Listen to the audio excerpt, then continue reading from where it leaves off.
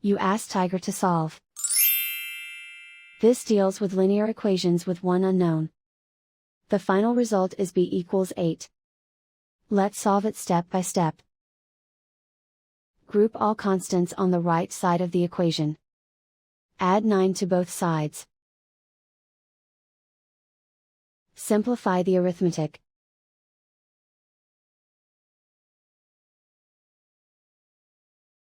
Isolate the b. Divide both sides by 3.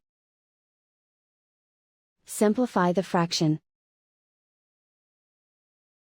Find the greatest common factor of the numerator and denominator. Factor out and cancel the greatest common factor. And so the final result is b equals 8.